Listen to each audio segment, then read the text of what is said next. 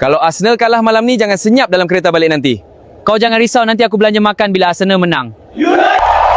Gol! Ya MU! Tak boleh kalah! Seronok gila perlawanan ni! Aduh, Seri pula. Tak puas lah macam ni. Bro, lapar gila lah. Tapi nak makan mana malam-malam ni? Selamat datang ke Horizon Garden. Terima kasih. Okey, walaupun tim Seri, Horizon Garden menang malam ni. Betul tu? Makanan kat sini memang sedap, best betul. Setuju, puas hati lepas makan ni. Tapi sedih lah MU kalah malam tadi. Arsenal pun sama, kalah teruk. Kau lagi. Betul. Video makanan.